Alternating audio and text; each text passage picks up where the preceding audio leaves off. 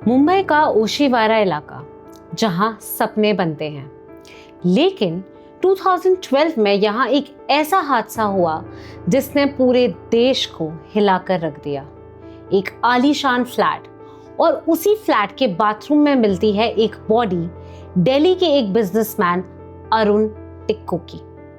Body की हालत ऐसी थी जिसे देखकर इन्वेस्टिगेशन करने आई पुलिस भी घबरा गई। लेकिन कहानी में असली ट्विस्ट तो तब आया जब पता चला कि ये फ्लैट बॉलीवुड के उभरते एक्टर अनुज टिक्कू का फ्लैट है। और हैरानी की बात ये थी कि अनुज खुद गायब था, उसका फोन स्विच्ड ऑफ था और वो शहर में नहीं था। एक पिता की डेड बॉडी उसके ही बेटे के घर में मिली। क्या ये खुद एक बेटे की साजिश थी या फिर बॉलीवुड के इस उभरते एक्टर को फंसाने का कोई डार्क प्लान था? आज का एपिसोड सुनने में किसी डार्क थ्रिलर मूवी का प्लॉट लग सकता है, but trust me, it happened for real. Welcome to the crime show.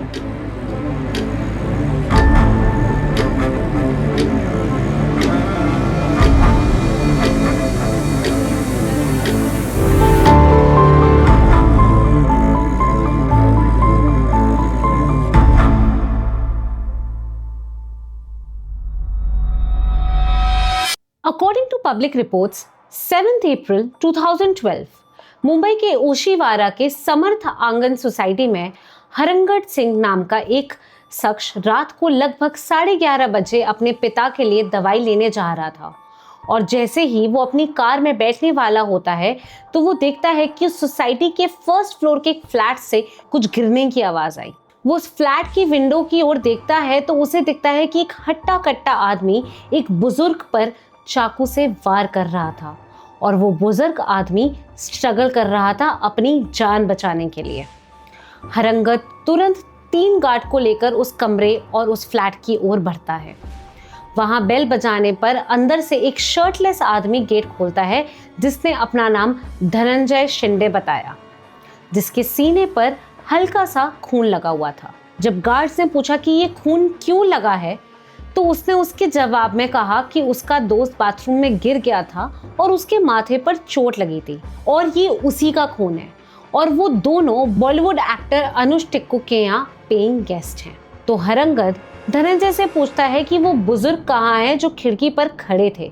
तो धनंजय जवाब देता है कि वो अभी सो रहे हैं। लेकिन अभी भी हरंगत अंदर घुसकर देखता है तो पाता है कि अंदर खून से सने फुटप्रिंट बने हुए थे और वो निशान बाथरूम से आ रहे थे। हरंगत और तीनों गार्ड जब धीरे धीरे बाथरूम की ओर बढ़ते हैं, लेकिन धनंजय उनको अंदर घुसने नहीं देता है और बाहर की ओर धक्का दे देता है। और फिर वो चारों तुरंत फ्लैट को बाहर से लॉक करते हैं और पुलिस को कॉल करते हैं। करीब आधे घंटे के बाद पुलिस वहां आती है। उन्हें बाथरूम में उसी बुजुर्ग की डेड बॉडी मिलती है जिसे हरंगत ने खिड़की पर खड़े हुए देखा था। लेकिन धनंजय और उसका साथी दोनों ही फ्लैट में नहीं थे। बाथरूम की खिड़की टूटी हुई थी, जिससे ये साफ होता है कि वो दोनों बाथरूम की खिड़की से भाग गए थे। People in the vicinity were questioned, but all denied knowing the dead individual. Police अब बॉडी की तलाश करती है तो पता चलता है कि विक्टिम का नाम अरुण टिक्कू है और वो अनुज टिक्कू के फादर हैं। इसके अलावा पुलिस को अरुण का मोबाइल फोन भी मिलता है जिसमें उसने आखिरी कॉल अपने ही बेटे अनुज को किया था। इसके बाद पुलिस उसी नंबर पर वापस कॉल करती है और फोन स्विच्ड ऑफ आता है। यहाँ अरुण की बॉडी पड़ी थी उसी के बेटे अनुज के फ्लैट में, लेकिन बेटा गायब था और ऊपर से उसका फोन भी स्विच्ड ऑफ आ रहा था। जितनी भी चीजें हो रही थी सारी अनुज के अगेंस्ट काम कर रही थी। अब पुलिस के शक के दायरे में सिर्फ एक शख्स था, अनुज टिक्कू। रिकॉर्ड्स के मुताबिक 2 दिन गुजर गए थे, बट स्टिल अनुज की कोई खबर नहीं थी। According to the police chargesheet, बाद में पुलिस ने कॉल डिटेल रिकॉर्ड यूज करके उसकी लोकेशन का पता लगाया तो पता लगता है कि जिस रात हुआ था उस रात वो मुंबई के आउटस्कर्ट्स में था और अगली लोकेशन गोवा के पास चिपलुन में आ रही थी। 10th April 2012 police raided Chiplun and arrested Anuj Tikku. इसके अलावा वहां एक और शख्स मौजूद था जिसका नाम था करण सूद, इसलिए उसे भी गिरफ्तार कर लिया गया। फिर दोनों ने फिंगरप्रिंट स्कैन किए गए और दोनों को कस्टडी में लिया गया एंड देन दोनों के साथ इंटरोगेशन शुरू की गई। एज पुलिस के शक के दायरे में अनुज था, इसलिए सबसे पहले पुलिस उससे इंटरोगेशन करती है। उस केस के असाइन सीनियर पुलिस ऑफिसर ने अपनी चार्जशीट में लिखा कि जब अनुज को पता चला कि उसके फादर की डेथ हो चुकी है तो अनुज डर के मारे कांपने लगा। उसकी बॉडी का एक हिस्सा नम पड़ गया था, उसका चेहरा सफ़ेद पड़ गया था और इस कारण वो बेहोश हो गया था। कुछ देर बाद जब उसे होश आया तो इंटरोगेशन वापस शुरू हुई। पुलिस अनुज से पूछती है कि वो 7 अप्रैल, जिस रात उसके पिता की मौत हुई थी, उस दिन कहाँ था। जवाब में अनुज कहता है कि उसका दोस्त करण सूद उसे एक कसिनो दिखाने गोवा ले गया था, जिसके बाद वो चिपलुन गए और वहीं थोड़े दिन बिताने का उन दोनों का प्लान था। पुलिस उससे पूछती है कि 7 अप्रैल को एग्जैक्टली क्या हुआ था, तो अनुज ने बताया कि सुबह उसने क्रिएटिव राइटिंग की और अपने दोस्त के साथ लंच किया। उसके पिता मुंबई सिर्फ रेंटल एग्रीमेंट चेक करने आए थे और अगली सुबह उन्हें वापस दिल्ली जाना था। शाम करीब 7 बजे उसके पास करण सूद का कॉल आया, जिसने उसको गोवा चलने को कहा। अनुज ने अपने पापा के साथ डिनर किया और रात 8-9 बजे के बीच करण के साथ गोवा के लिए निकल गया। But just when the police thought they had figured out all the pieces of this puzzle, perhaps they didn't realize that it was made of glass. In this very statement, Anuj says something that hits like a stone, and that stone completely shattered that glass puzzle to pieces.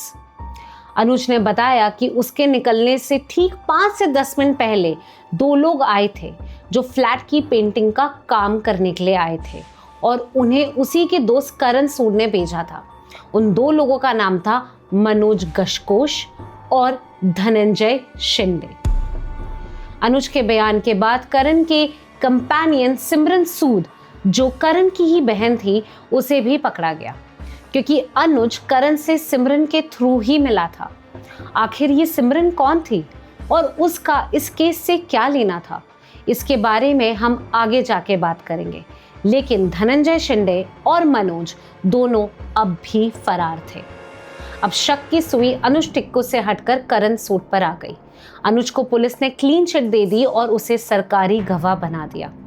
Interrogation शुरू होती है और initial questioning के बाद ही करण एक ऐसी बात उगलता है जिसने खुद इन्वेस्टिगेटिंग ऑफिसर्स के होश उड़ा दिए थे। करण सूद एक आम सा दिखने वाला आदमी, लेकिन ये नाम और ये चेहरा जिसे उसने अब तक पूरी दुनिया के सामने पहन रखा था, वो महज एक मुखौटा था, एक मास्क था।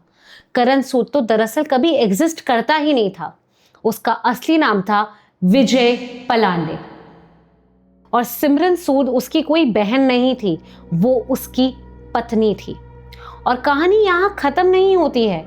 ये सिर्फ एक झूठी आइडेंटिटी का केस नहीं था, क्योंकि पुलिस के सामने जो शख्स बैठा था वो एक आम धोखेबाज नहीं बल्कि एक सीरियल किलर था, जिसने 1998 में एक बाप और एक बेटे का बेरहमी से किया था। पुलिस की नजरों में विजय एक बन चुका था। बजाय इसके कि वो अरुण टिक्कू का गुनाह भी कबूल ले, विजय का इस पर अलग टेक था। उसका कहना था कि उसने अनुज के पिता का नहीं किया है। विजय ने इल्जाम लगाया कि अनुज एक ड्रग एडिक्ट था और उसके अपने पापा के साथ रिलेशंस भी कुछ अच्छे नहीं थे। उसने दावा किया कि अनुज की हरकतों की वजह से समर्थ आंगन सोसाइटी के लोग उसकी कई बार कंप्लेन कर चुके थे। विजय का कहना था कि इन शिकायतों की वजह से अरुण टिक्कू अपने बेटे अनुज को वापस दिल्ली ले जाना चाहते थे, लेकिन अनुज मुंबई में ही रहना चाहता था। इसलिए मुंबई में रुकने और फ्लैट पर कब्जा करने के लिए अनुज ने खुद अपने ही पिता का मर्डर करवाया है। इसी बीच इन्वेस्टिगेशन के दौरान जब पुलिस विजय के लॉकर की तलाशी लेती है तो उन्हें एक साइड नोट मिलता है जिस पर अनुज की राइटिंग थी और उस पर लिखा था कि अनुज की मौत का जिम्मेदार अनुज खुद है और वो अपनी मर्जी से कर रहा है। विजय के लॉकर से मिला ये नोट इस उलझे केस में एक गांठ और लगा देता है। अगले दिन विजय को कोर्ट में पेश करने के लिए ले जाया जाता है, जहां विजय एक सिनेमैटिक मूव चलता है। कोर्ट में विजय पुलिस की गिरफ्त से भागने की कोशिश करता भी है और कामयाब भी हो जाता है, लेकिन उसे वापस उसी दिन चर्च गेट से पकड़ लिया जाता है। This second arrest completely broke Vijay Palande. He knew there was no escape now, and so began a chilling sequence of massive, dark revelations. Police के मुताबिक उसने इंटरोगेशन के दौरान कबूल किया कि अनुज के फादर की मौत का मास्टरमाइंड वो खुद था। जब पलांडे ने देखा कि सारे सबूत अनुज की तरफ इशारा कर रहे हैं, तो विजय और सिमरन ने तय किया कि सारा इल्ज़ाम अनुज पर डालकर वो दोनों आसानी से छूट जाएंगे। लेकिन कहानी में एक और बड़ा ट्विस्ट आता है। चार्जशीट के मुताबिक विजय ने बताया कि अरुण टिक्कू के मौत से लगभग 1 महीने पहले उसने एक और किया था। विक्टिम था मुंबई का ही रहने वाला एक प्रोड्यूसर करण कक्कड़।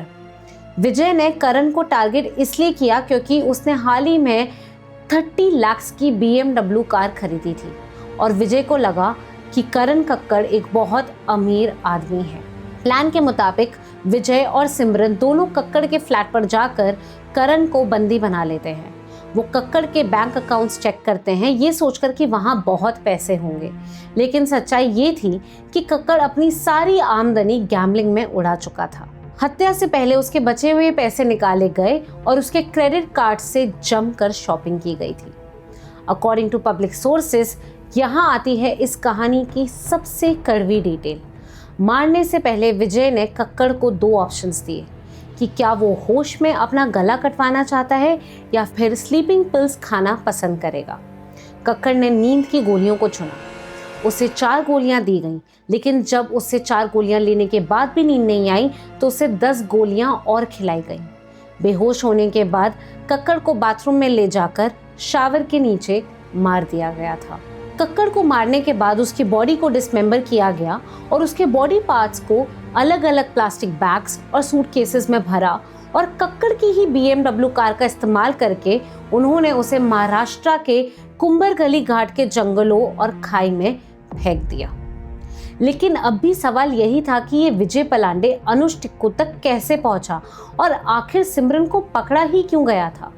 इसकी कड़ी थी ही सिमरन सूद। सिमरन मुंबई में एक मॉडल थी जो बॉलीवुड की पेज 3 पार्टीज और IPL इवेंट्स में आती जाती रहती थी। दूसरी तरफ अनुज टिक्कू एक स्ट्रगलिंग एक्टर था जिसका नेटवर्किंग इंडस्ट्री में काफ़ी वीक था। सिमरन ने इसी भोलेपन का फ़ायदा उठाया और अनुज से दोस्ती बढ़ाई। दोस्ती गहरी होने पर सिमरन ने अनुज को विजय से मिलवाया, जिसे उसने अपना भाई करण सूद बताया। अनुज से झूठ बोला गया कि करण एक बहुत बड़ा और अमीर होटेलियर है। दोनों ने अपनी अमीरी की झूठी कहानियां सुनाकर अनुज का पूरा भरोसा जीत लिया। क्राइम रिपोर्टर्स के मुताबिक इन दोनों का मोडस ऑपरेंडी यही था। पहले सिमरन अकेले और अमीर लोगों से दोस्ती बनाती थी और फिर विजय की एंट्री होती थी और फिर किसी दिन वो अपना डार्क प्लान एग्जीक्यूट करते थे। 15 मार्च 2012 को विजय ने अनुज को इमोशनली मैनिपुलेट करके एक लीज एग्रीमेंट पर साइन करवा लिया जो उसकी जर्मन गर्लफ्रेंड निविस लिगेंजा के नाम था, ताकि अनुज के नाम पर मौजूद 50 करोड़ की प्रॉपर्टीज हड़पी जा सके। लेकिन अनुज के पिता अरुण टिक्कू इससे खुश नहीं थे। अरुण पेशे से एक बिजनेसमैन थे और उन्होंने पहले ही विजय के हाव भाव भाप लिए थे। इसी एग्रीमेंट के बारे में डिस्कस करने वो मुंबई आए थे और 8 अप्रैल की सुबह वापस दिल्ली निकलने वाले थे। विजय अच्छी तरह जानता था कि अगर उसकी कॉन्स्पिरेसी को कोई फेल कर सकता है तो वो सिर्फ अरुण है। इसलिए विजय ने 7 अप्रैल की रात को ही अरुण को रास्ते से हटाने का प्लान बनाया। प्लान के तहत विजय अनुज को अपने साथ गोवा ले गया और रास्ते में ही उसे ड्रग देकर बेहोश कर दिया, ताकि अरुण अगर कांटेक्ट करना चाहे तो भी ना कर पाए। एक तरफ अनुज गोवा में बेहोश पड़ा था और दूसरी तरफ मुंबई में पलांडे के आदमी धनंजय शिंदे और मनोज गशकोश उसके पिता पर हमला कर रहे थे। और इसी के साथ उस सुसाइड नोट की गांठ भी आखिरकार खुल गई। वो नोट इन सब ने अनुज से नशे की हालत में लिखवाया था। इनका मास्टर प्लान यही था कि अरुण टिक्कू को मारने के बाद वो उसके बेटे अनुज को भी मार देंगे और पूरे केस को एक की तरह दिखाएंगे। अरुण टिक्कू अपनी जान तो नहीं बचा पाए, लेकिन उनकी मौत ने कानून के लिए उस शातिर मुजरिम विजय पलांडे तक पहुंचाने का एक रास्ता खोल दिया, जो 2003 में एक डबल मर्डर केस में जेल से फरार हो चुका था। लेकिन आखिर 1998 में ऐसा क्या हुआ था जिससे विजय को सजा मिली थी? और सबसे बड़ा सवाल, विजय पलांडे आखिर करण सूद कैसे बन गया? चलिए वक्त में थोड़ा पीछे चलते हैं। करण सूद उर्फ विजय पलांडे के इस खेल की शुरुआत इन घटनाओं से ठीक 14 साल पहले यानी 1998 में हुई थी। उस वक्त पलांडे कोई अमीर बिजनेसमैन नहीं था। वो मुंबई में जुहू इलाके में स्थित कॉपर चिमनी रेस्टोरेंट में एक आम सा काम करता था और यहीं उसकी नज़र पड़ी अपने पहले शिकार पर, एयर इंडिया के इंजीनियर अनूप दास और उनके पिता स्वराज रंजन दास पर। झूठ और फरेब का जो जाल पलांडे ने अनुज टिक्कू पर फेंका था, उसका ब्लूप्रिंट उसने यही 1998 में ही तैयार किया था। उसने अपनी पत्नी सिमरन सूद को अपनी बहन बताकर अनूप से मिलवाया और धीरे धीरे उसका पूरा भरोसा जीत लिया। एक दिन बिजनेस ट्रिप के बहाने वो अनूप को महाबलेश्वर ले गया। वहां पहुंचते ही पलांडे का असली चेहरा बाहर आया। पहले अनूप को नशे की हालत में मौत के घाट उतारा और फिर इस राज को छुपाने के लिए उसने अनूप के पिता को भी मारकर दोनों की बॉडीज को ठिकाने लगा दिया। लेकिन हर इंसान कभी ना कभी गलती करता ही है। 1998 के इस डबल में पलांडे पकड़ा गया और कोर्ट ने उसे सीधे उम्र कैद की सजा सुनाई। सबको लगा कि विजय पलांडे का चैप्टर हमेशा के लिए क्लोज हो गया है, लेकिन कहानी का सबसे बड़ा ट्विस्ट तो आना अभी बाकी था। साल 2003 में पलांडे किसी तरह 2 महीने की पैरोल पर जेल से बाहर निकलने में कामयाब हो गया। एक बार जब वो बाहर आया तो कानून के हाथ दोबारा उस तक नहीं पहुंच पाए। वो मुंबई से फरार हो गया था। पुलिस उसे हिंदुस्तान के कोने कोने में ढूंढती रही, पर पलांडे देश छोड़कर थाईलैंड भाग चुका था और वहां उसने जो किया उसने पुलिस के भी होश उड़ा दिए।